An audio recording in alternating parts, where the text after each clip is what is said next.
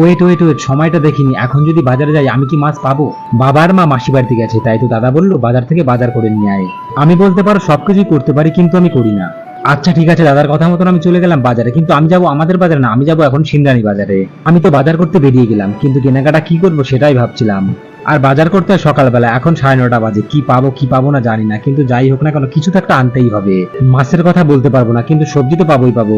আর আমি দেখতে দেখতে চলে এলাম সিন্দ্রানী বাজারে। আর বন্ধুরা, সিন্দ্রানী বাজারে তোমরা কম বেশি সবাই জানো, আর যারা জানো একটা কমেন্টে লিখে দিও হাই। আমি হাঁটতে হাঁটতে চলে এলাম হাটের মধ্যে, অর্থাৎ যেখানে মাছ আর সবজি পাওয়া যায় সেইখানটায়।